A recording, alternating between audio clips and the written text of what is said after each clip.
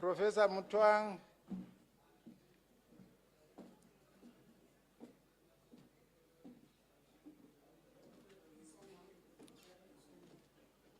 Huh? Oh, she's online. Okay.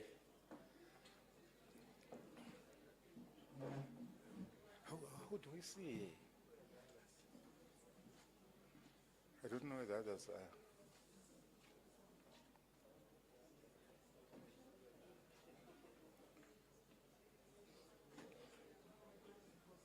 Hello. Is this professor online? There's no one. Okay.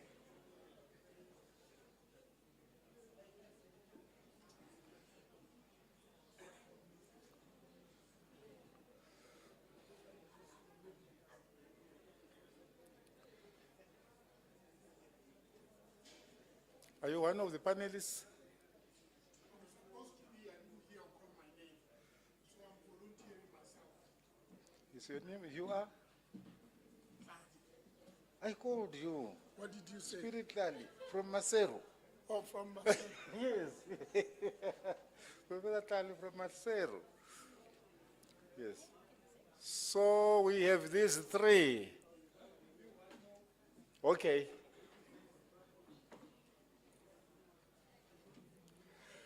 While we are waiting for the panelist representing Zimbabwe, a replacement for Engineer Muzongodi, allow me to introduce myself. My first name is international. No one can fail to pronounce it. My first name is Adam. When I went to Tanzania, they called me Adam.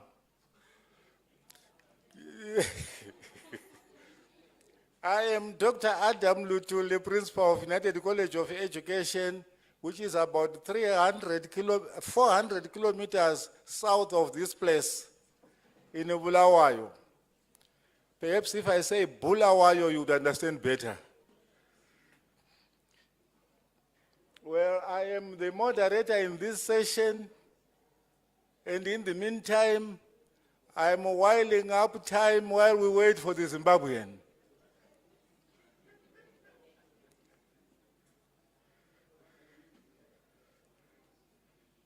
I am saying the Zimbabwean because as a moderator, I am a Zimbabwean. The man who is coming up is the Zimbabwean. Mr. Roy Mavunga, principal of Kushinga Pikelela College in Marondera, some about 80 kilometers east of Harare.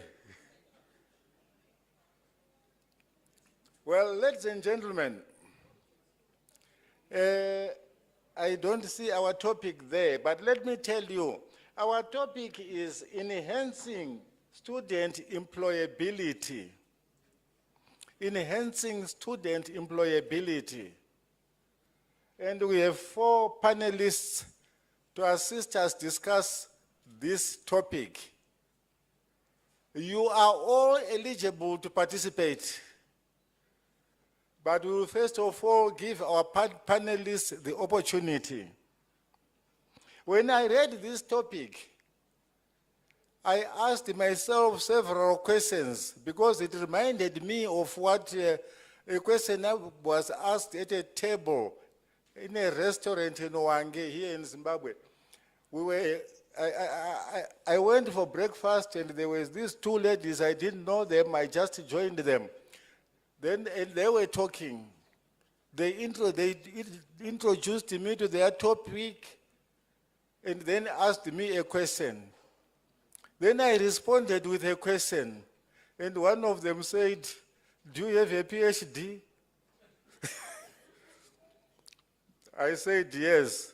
Then she said, "That's why." What is why about that? Said people with PhDs analyze things, they split hairs.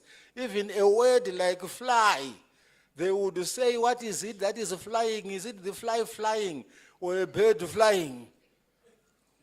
When I looked at this, and when they look at a fishing net, they ask whether these are strings that are networked, or it's a bunch of holes held together by strings.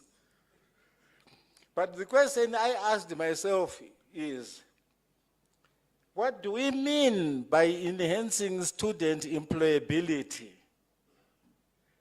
It is my hope, before we look at the strategies, it is my hope that our panelists will unpack our topic for discussion. What do we mean by student employability? Before we even enhance the employability, what is student employability? I throw that question to the panel, beginning with Dr. Darimani.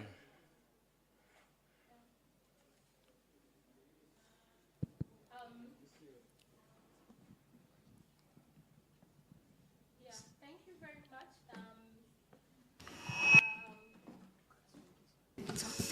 Sorry. Yeah, thank you very much.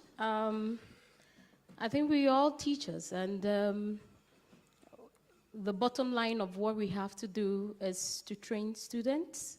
And in fact, the interest of every trainer is also to ensure that the students that we are training are, they get gainfully employed. So employability, student employability is just simply looking at ways we can actually give, what are the imparted skills we can actually give these students so that they can easily be employed by industry. Simply, I think this is what student employability means before we talk about enhancement. Can I go on with enhancement, or maybe probably? Just wait there. Okay. The way I understand here, I want us to have a common understanding before we progress. The way I understand here is that we are looking at the quality of getting gainful employment, the skills that we have imparted so that the person gets gainful employment. If that is the understanding we have. Here, are we looking at, I'm throwing another question before we move on to enhancement. Are we looking at the student's quality for getting a job where the student now as an employee would be getting a salary, or the student getting a job where the student is employed by self? Is employability looking at someone out there waiting to employ our student? What employability are we talking about here? Self-employment? In Zimbabwe, they would understand better if I say self-job. Self-employment or being employed by somebody, by an employer. I have to check the name. Professor TLALI.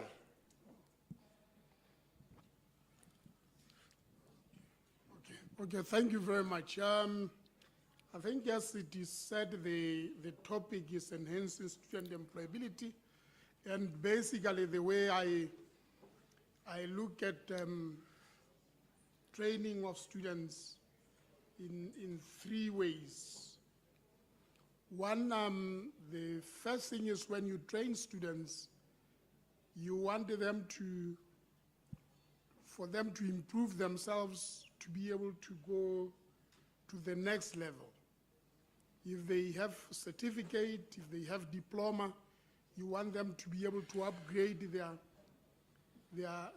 qualifications to the next level, be able to get into degrees, and ultimately even have PhDs, whatever the case, so that they can better improve themselves academically. That is part of training. The second part of training is the issue of employability. We are assuming that there is a market for students where they would now be absorbed after having acquired the technical skills. That is the area which I think the topic is about, to say that you want the students to be able to address societal needs and also the industrial needs. But the other part of training is the one which the moderator has talked about, which is the issue of the students being trained to be able to create jobs. So therefore, in all these areas, my belief is that indeed we have to deal with all of them, and we need to balance those.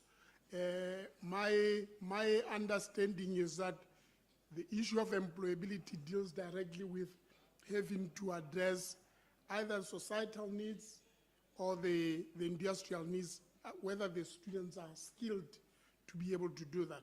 I hope I have answered this, but I've gone broadly also to try to understand what the technical training is all about. Thank you, Prof. We have got it. This is the direction we are moving now, ladies and gentlemen. We are saying that employability in terms of upgrading oneself so that the person gets a higher quality education, higher qualifications, and become employable or create employment for societal improvement. Right, we move from there now, ladies and gentlemen, and we move to enhancement. I am now not focusing on enhancement as a word, as a term, but I'm focusing on enhancing student employability. When we talk of enhancing student employability, what are we talking about? And what strategies do we employ?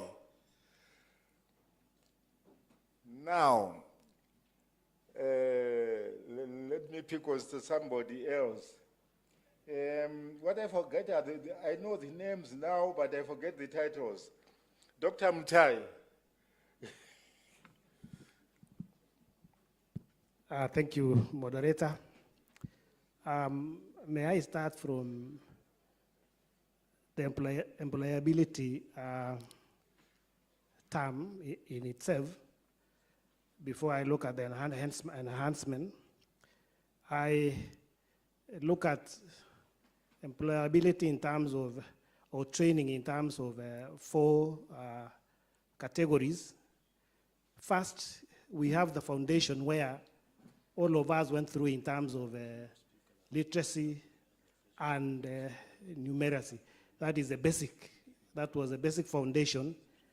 Then now we have the training in terms of vocational and technical training, where we give the students the skills.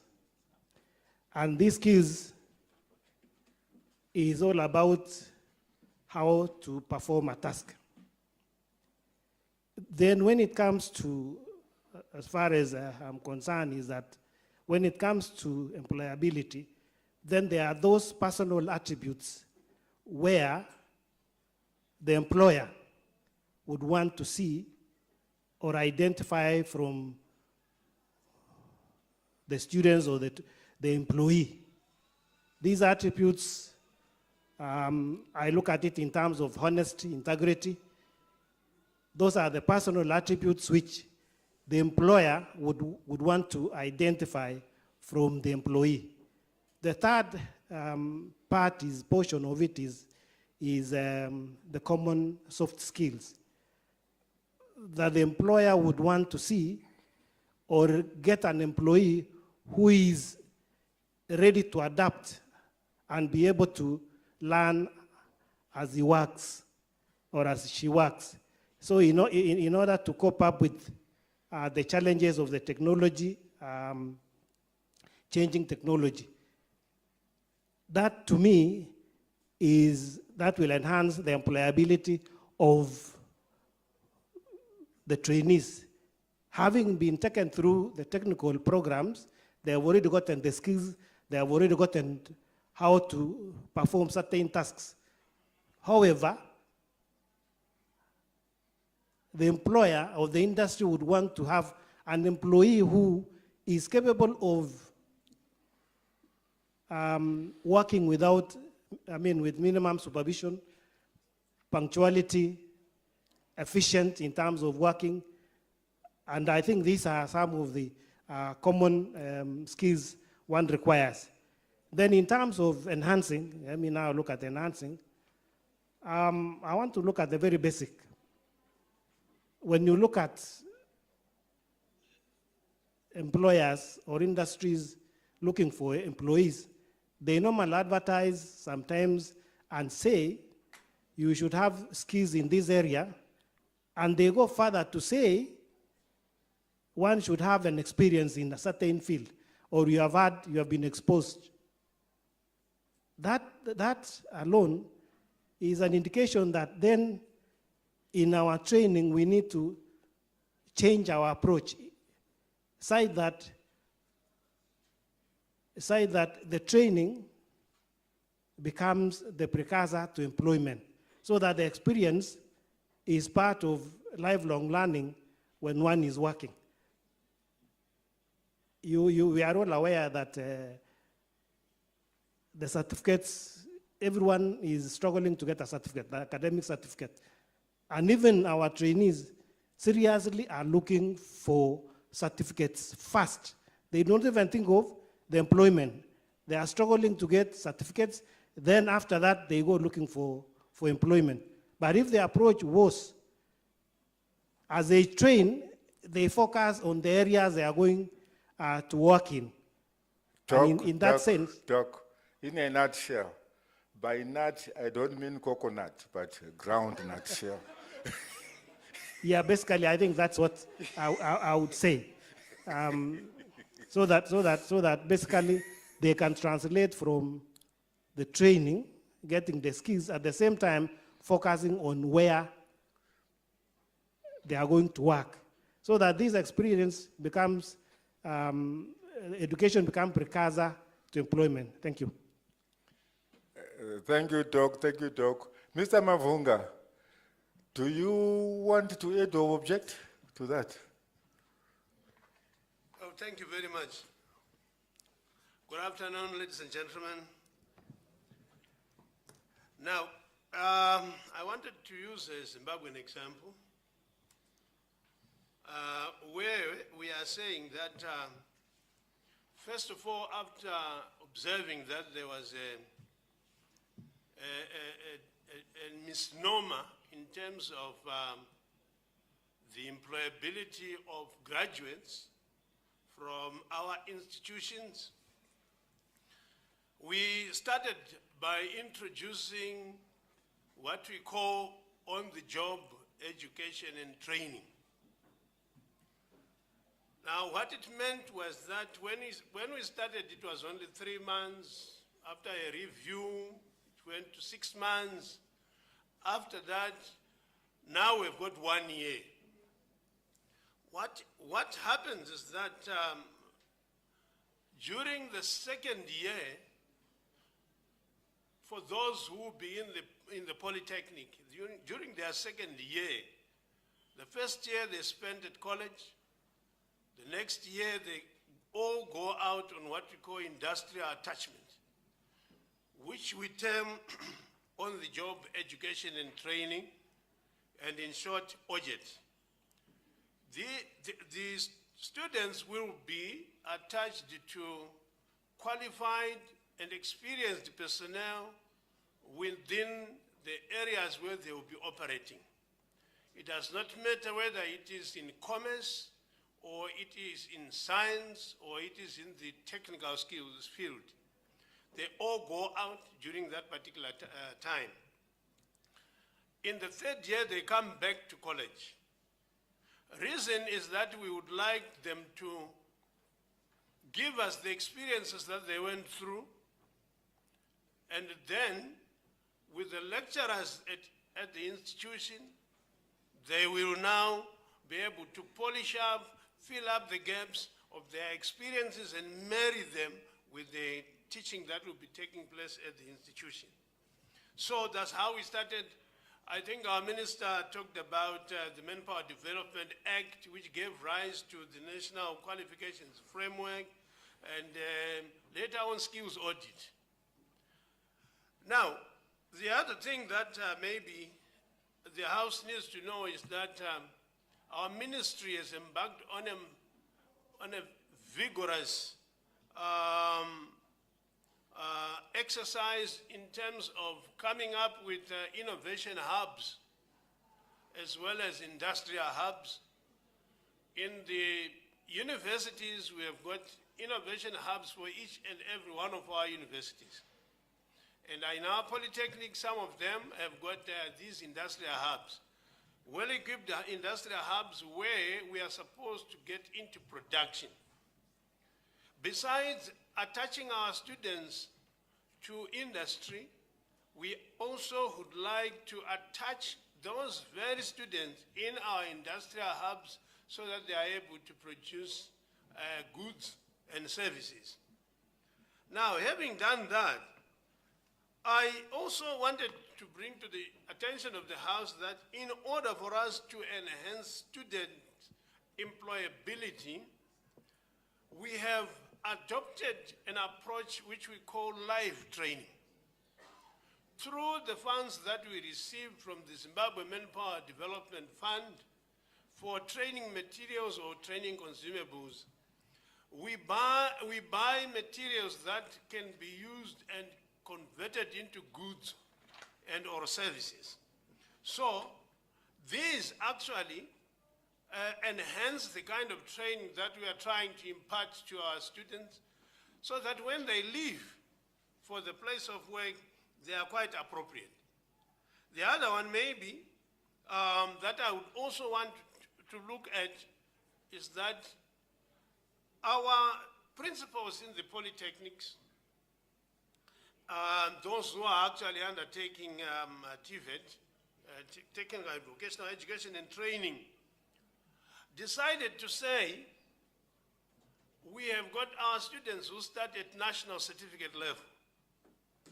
They progress to national diploma level. From national diploma level, they progress to higher national diploma level.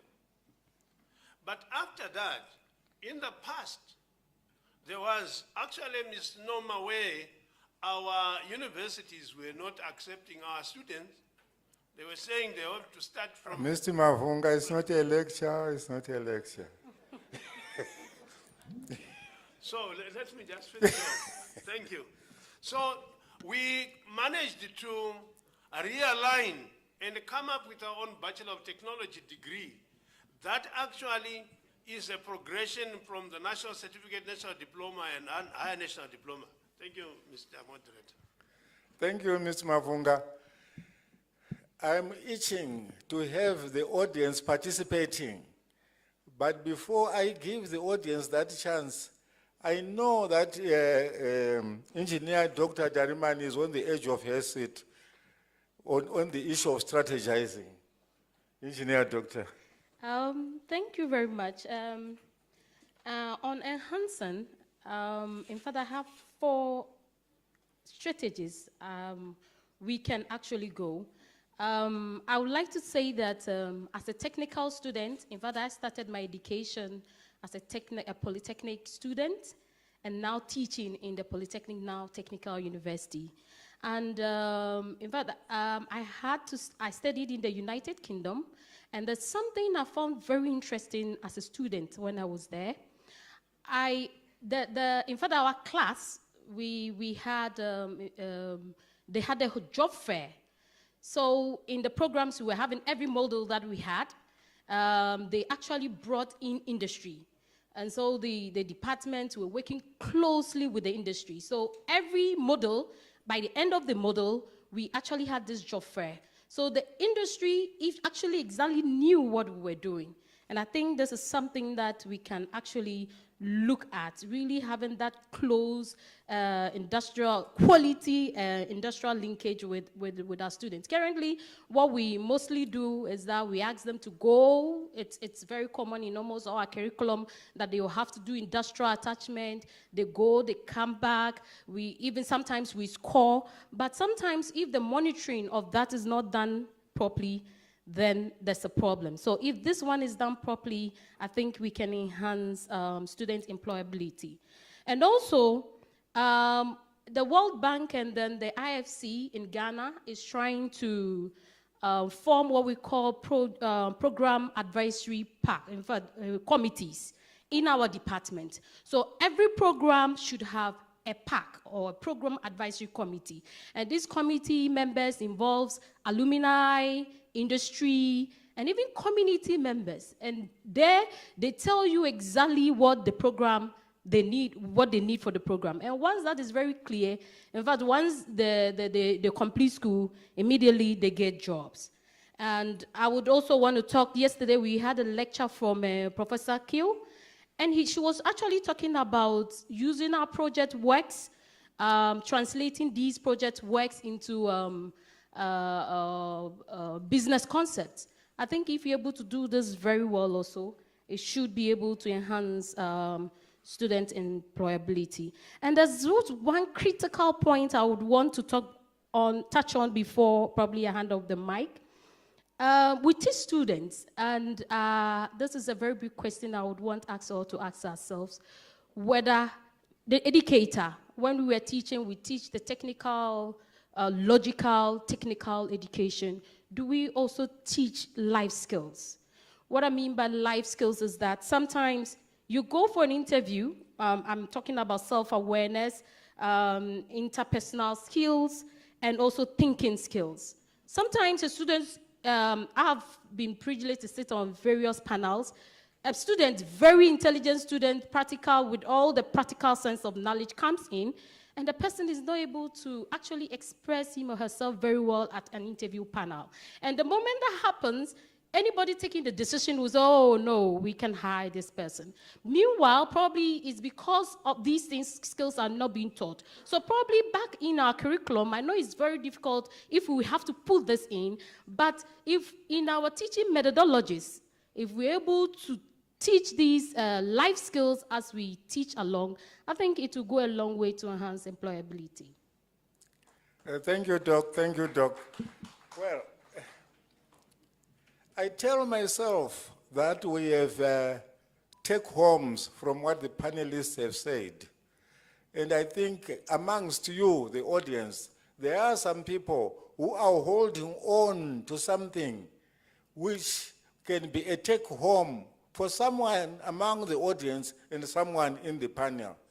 Enhancing student employability. What are we doing and how can we improve it? I'm now asking the audience. Yes, sir. Is it name or say? I don't know, I'm seeing the hand. Yes.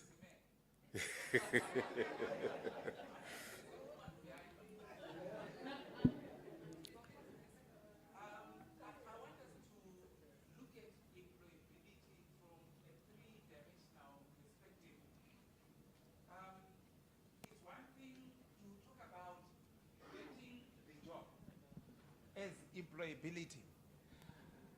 It's one thing to talk about getting the job as part of employability. It's another to be able to retain the job as part of employability. And yet it's another to be able to move upward within the required job. This is how I think we could possibly look at it, because employability does not end with getting the job.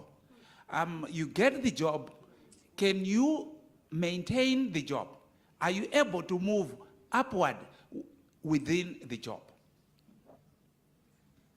Okay. Moving upward or maintaining it, I think, brings us to the soft skills, which one of the panelists mentioned here. And it reminded me of someone who went for an interview and was asked about his strongest attribute. He said, my strongest attribute is being honest. And the boss said, that's very good. In my view, it's a very good attribute. And the interviewee said, I don't give a damn what your view is. Being very honest, isn't it? There was a hand. The gentleman who has just spoken is not the gentleman I intended to speak. There is someone behind that near you there, yes. That's the person I had seen. Thank you very much, Mr. Moderator, Professor. and I would like to appreciate the ideas came from the panelists. I'm called Hilla Michael. I'm coming from the World Bank funded project called ESTRIP. So I wanted to compliment what the panelists have said, and of course also my brother here. I want us to imagine job market when we talk about the employability and enhancing employability. So it's about reconciling the demand side and the supply side. So if we take the employees are coming from the supply side, probably from polytechnics, TVET providers, or higher education, and also the demand side, the demand side self-employers or employers, industries, private sector could be the demand side. So what are the knowledge, the skill, and the right work attitude required to be able to perform and make the industries competitive is usually the need coming from the demand side. And the supply side should equip the graduates with all required tools, which we have already mentioned. So from that perspective, when we think of enhancing, it's about improving the condition of being employed, whether it is self or wage employment. So what are then the tools or the key things to consider to improve the employability? So as project, we, on this World funded project, we consider one of the things is improving the labor market study. We have to assess the labor market so that we customize our trainings according to labor market information. So that could be one of the most important tools to improve the employability of the graduates. Secondly is, like what panelists have said, is improving the cooperation between the providers, TVET or skill providers, and those who employ. That is the partnership between the employers and training providers. And thirdly is also enhancing the competency-based training. We have to move from the input-based training towards the competency-based training. So that's what I would like to say. Thank you very much for the opportunity. Yeah, I get that. Competency-based training, focusing on skills. What competencies does our student have when he graduates or when she graduates? That is what I got from him, family. Let's share. How do we enhance student employability? There is a hand right at the back,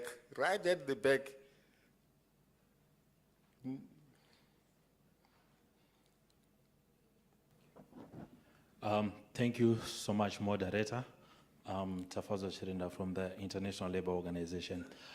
Please allow me to also add to what the previous speaker highlighted on. Particularly what we have seen is the gap between what is in the labor market and then also the supply side. So to ensure that the employability for the young people who are coming from our TVET institution is enhanced, we have also seen that it is critical for us to improve what you call skills anticipation systems. And the skills anticipation systems are part of the labor market information systems, where then members have to have a labor market information systems that is there to give information to young people pertaining to what are the skills that are required in the labor market. And now when we talk of upskilling, reskilling, we have seen these are some of the measures that will be employed, but mainly to address the skills gaps that would be existing then between what is demanded in the labor market and what is coming from the supply side from our TVET institutions. So it is always important for us to have a comprehensive systems that integrate our supply side, that is of skills, the TVET institutions, and the demand side, where the information pertaining to what are the current occupations that are required in specific sectors. We are the people then that we need to be trained. So it's also important for us to constantly ensure that as a labor market information systems, skills anticipation mechanism are also included into this system. Thank you, I submit. Thank you, thank you. I picked on skills market information systems, the labor market information systems, and I say to myself, from what you are saying, then that calls for a budget to keep our equipment at the same level as the equipment that is on the labor market. Otherwise, we could be training our trainees using obsolete equipment. And then they go to the labor market, they can't operate what they find there. Okay. Anyone from here before I go back? Mr. Mavunga. I just wanted to add the aspect of involvement of industry in the training of the students while still at college. And I want to take it from two angles. The first one is that of assessment, where we involve industry in terms of assessing our students. If I were to take the Zimbabwean example, we have got what is called external assessment, which is a periodic assessment that takes place because our examination, the final examination, comprises of 60% of continuous assessment and 40% of the final examination. So we invite industry to come in to assess the students after verifying with the syllabuses or schemes of work of the lecturers. And then the second one is in terms of curriculum review. We involve industry in terms of curriculum review for purposes of making sure that our students remain relevant, our curriculum remains relevant to the needs of industry.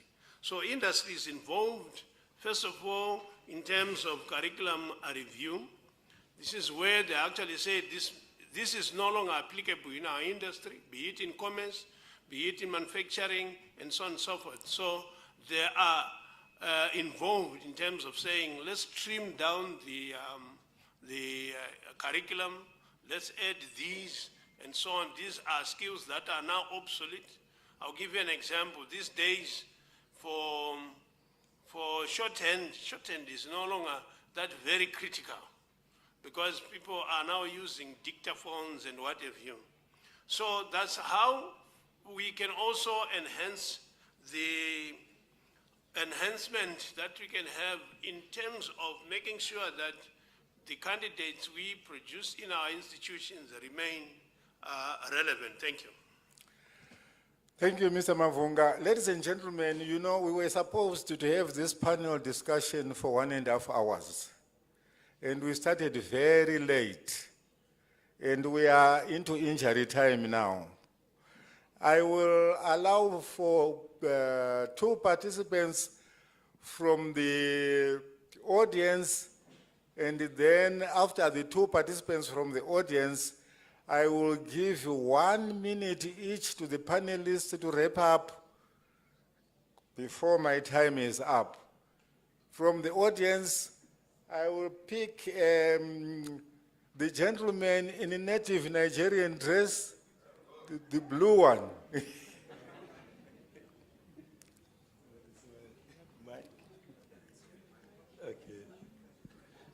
Okay, Mr. Moderator, thank you for the opportunity. Distinguished panelists, my colleagues, I am Professor Amin Alhaji Ibrahim from Umar Ali Shinkai Polytechnic, Sokoto, Nigeria. I think the subject of employability, even from the proceedings we had yesterday and day before, has been one of the topics of discussion. And in fact, it has been a key to the Tibet sector in particular. I think, like was rightly observed, there are so many contributing factors. There are so many steps, so many contributing factors to our enhancement of employability on our students.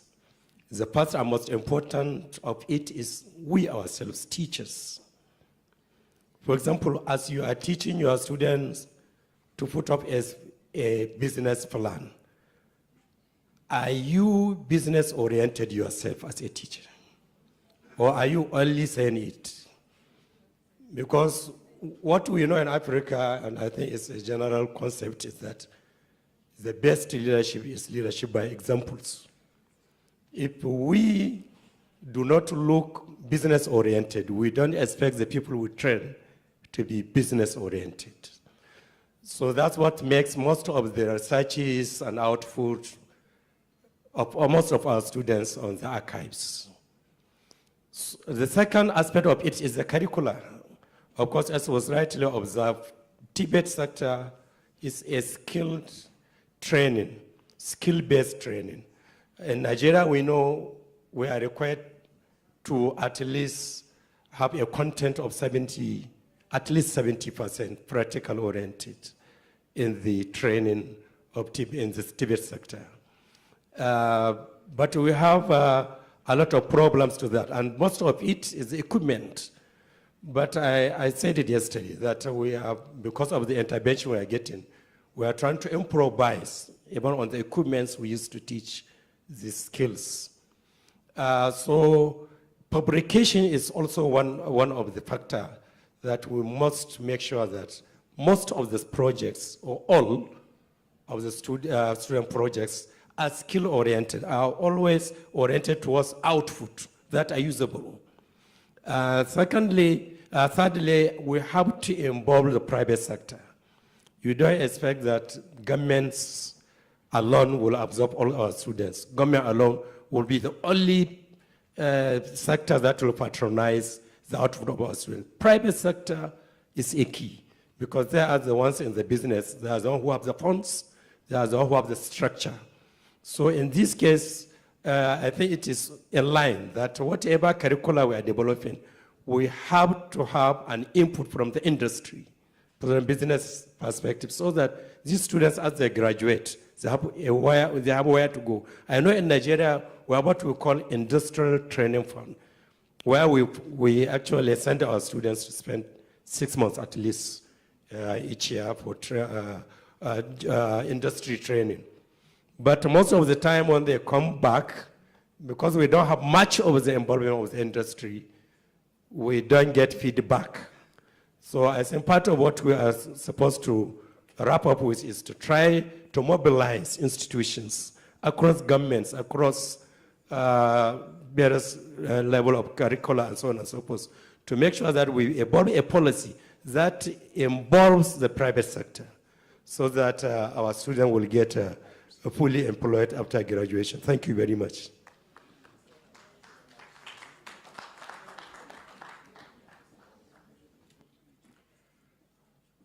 Okay. The lady here. Brief, ma'am, brief, 30 seconds. Oh, 1, okay, thank you. 2. Dr. Ondicho Naomi is my name from Thika Technical Training Institute. A question was asked by one of the panelists whether we are teaching life skills, and I want to say, yes, we teach life skills, and in Kenya, under the competence-based training, it has intentionally been named employability skills. We are teaching those skills, but the question I'm asking myself, do we sometimes undo our teaching by our behavior? Are we modeling that teaching? If you are teaching, for example, time management, and the students say you come into class 30 minutes late, are you undoing what you taught? Thank you. Thank you. Okay, now I turn to the panelists like I promised. I keep my promises. Although I will break one. I had said 1 minute each, now I am saying 30 seconds each. Please take cognizance of what the audience said. All right. Now let me start from about the center. Say, Doc. You. Thank you. I would want to echo what has been said, but I want to also highlight how we do the engagement with the industries, that every educator, every institution has industries, relevant industries, collaborating so that we intensively let the students understand what the industry requires as they prepare for employment, so that as they learn, they also get to learn that the employer requires, and the employer also will be able to set the standards. 28 Thank seconds. you. Okay, thank you. Engineer Doc? Okay, so we are running out of time. Yes. So the take-home question I'll ask, whom are we training our students for? Of course, we've talked today for the industry. So industrial linkage we talked about. And so in fact, we also know that the jobs are, these industries are actually not there. They are not there, depending on where you are. So we are also talking about the experiential entrepreneurship. Let's think about it. I've seen a project by CEDA, and in fact, with no skills at all, they will teach you just 1 hour, 2 hours, just go and make money in 4 hours. You know, it's a challenge. They ask you, go out there, make money in 4 hours, and they go out and come back with money. And so we can actually apply this experiential entrepreneurship in almost all our programs, 26, and we can really 27. enhance employability. Thank you. Okay. Yes. Prof? Oh, thank you very much. I think you're really pressed on time. I think the issue which have been raised here, you know, indeed are well echoed. But the first thing is basically we need to assess the needs of our industry. We need to review our curriculum and also design them in line with the industry needs. We need the experiential training, I think has been talked about. It is important. But over and above that, you also have to have open days for our students so that the industry can be invited to see what our students are capable of doing. We need to establish what you call the industrial boards, because that is what you are saying, you need to have feedback from our stakeholders. So therefore, the industrial boards are the ones which also can help and guide us. Thank you very much. Thank you, panelists. Thank you, ladies and gentlemen. I think this was going to be a very interesting discussion if we had taken our full 1.5 hours. However, I think we have take-homes from those who have told us something about what they are doing and those who have shared their ideas with us. Asante sana. Thank